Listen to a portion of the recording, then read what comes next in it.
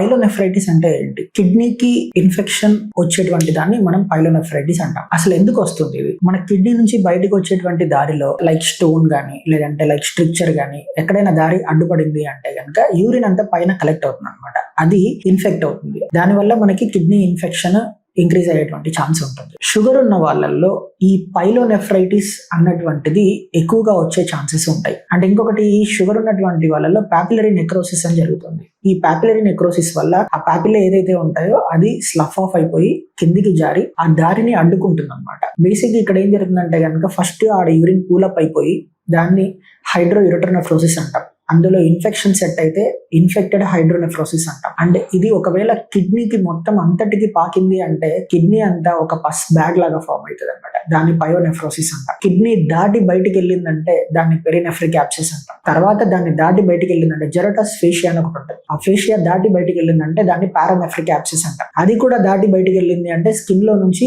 బయటికి పస్ అన్నటువంటిది వస్తుంది అనమాట, నెఫ్రోక్యూటేనియస్ ఫిస్చులా రూపంలో. ఇది డిఫరెంట్ స్టేజెస్ అన్నమాట. ముందుగానే మనం పసిగట్టాము అంటే కనుక కిడ్నీ ఈ స్టేజెస్ అన్ని దాటి వెళ్లకుండా ఫస్ట్ స్టేజ్ లోనే డిటెక్ట్ చేసి మెడిసిన్స్ తో ఇంజెక్షన్స్ తో మనం ట్రీట్ చేస్తే కనుక most of the times control అయ్యేటువంటి ఛాన్సెస్ ఉంటుంది.